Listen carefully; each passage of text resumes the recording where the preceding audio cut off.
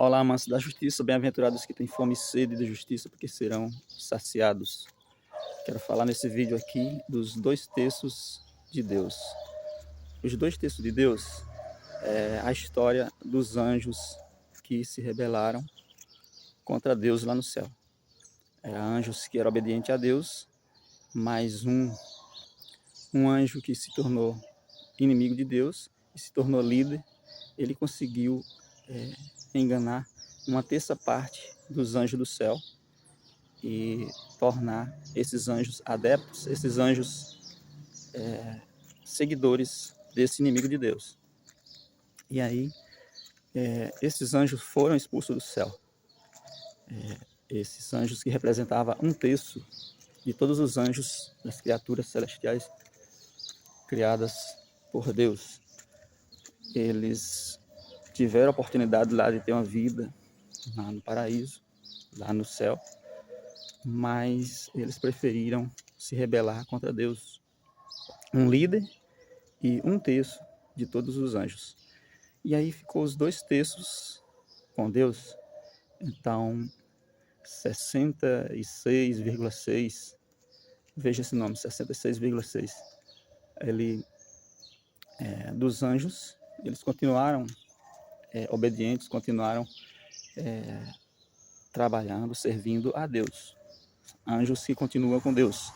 Mas um terço dos anjos, 33,33%, eles foram expulsos do céu. E aí eles ficaram vagando, procurando lugar. E aí eles vieram depois para a terra, quando Deus criou a terra, que criou os humanos. Esses anjos e esse inimigo de Deus, ele quer desde dessa época destruir a criação de Deus, destruir as obras de Deus. Ele é contra tudo que é de Deus. Ele quer tomar o lugar de Deus e ele quer ser como Deus. E aí ele veio para a terra para matar, roubar e destruir. Quando Deus criou os humanos, Deus criou os humanos como primícia de suas criaturas e ele tem inveja. Então Deus vem com sua palavra que traz a vida, que vem para trazer o melhor para os humanos, e ele vem com a contra-palavra que ele quer destruir os humanos. Desde então. E a primeira investida dele foi quando Deus tinha falado para o casal não comer do fruto do conhecimento da ciência, e ele veio falando, né? É verdade que Deus falou isso? Não é verdade. Se você comer, vai ser melhor para você, porque vai abrir muitos caminhos e você vai encontrar muitas coisas boas que Deus está escondendo de você. E aí ele falou isso para os humanos, e os humanos acreditaram nessa palavra distorcida, e é por isso que apareceu os problemas para os humanos, a morte, a dor e todo o sofrimento que a gente tem até hoje. Então, de lá para cá, quando esse inimigo de Deus que caiu para a terra, quando Deus criou os humanos aqui na terra para tornar um paraíso, né?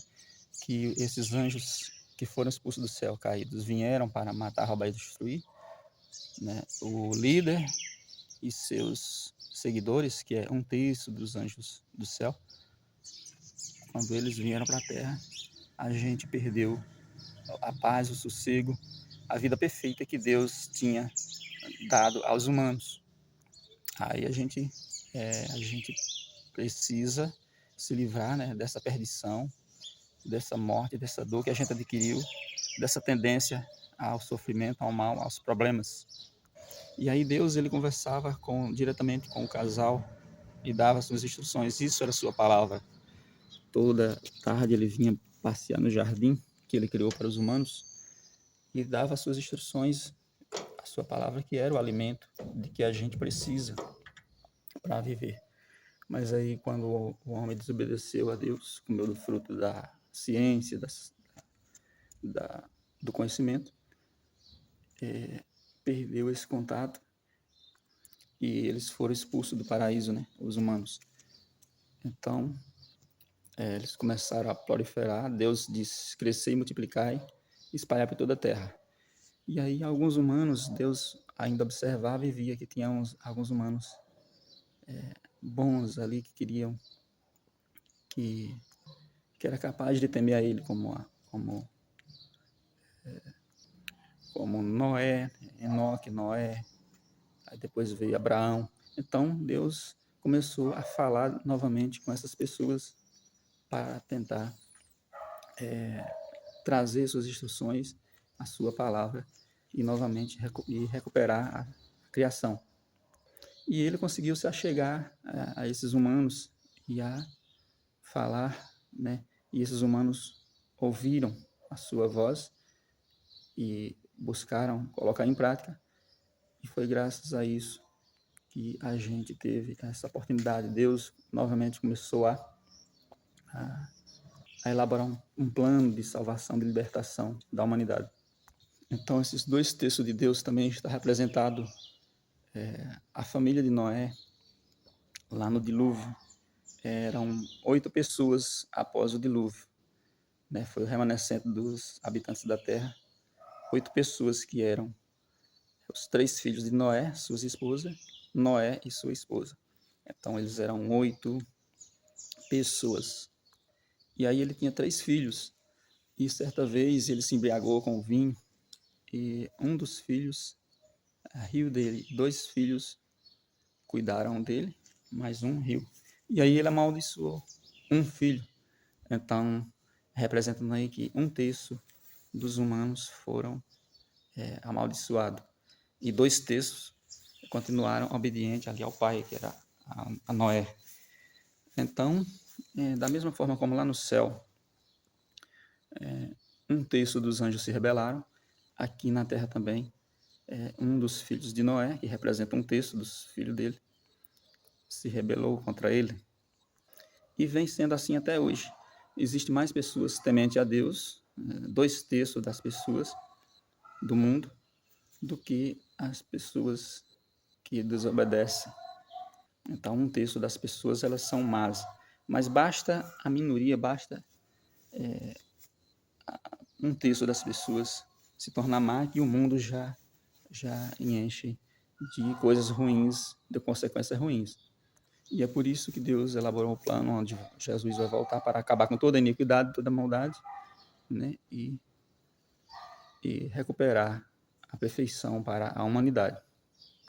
Então, essa é a história, né, de 2/3 de Deus.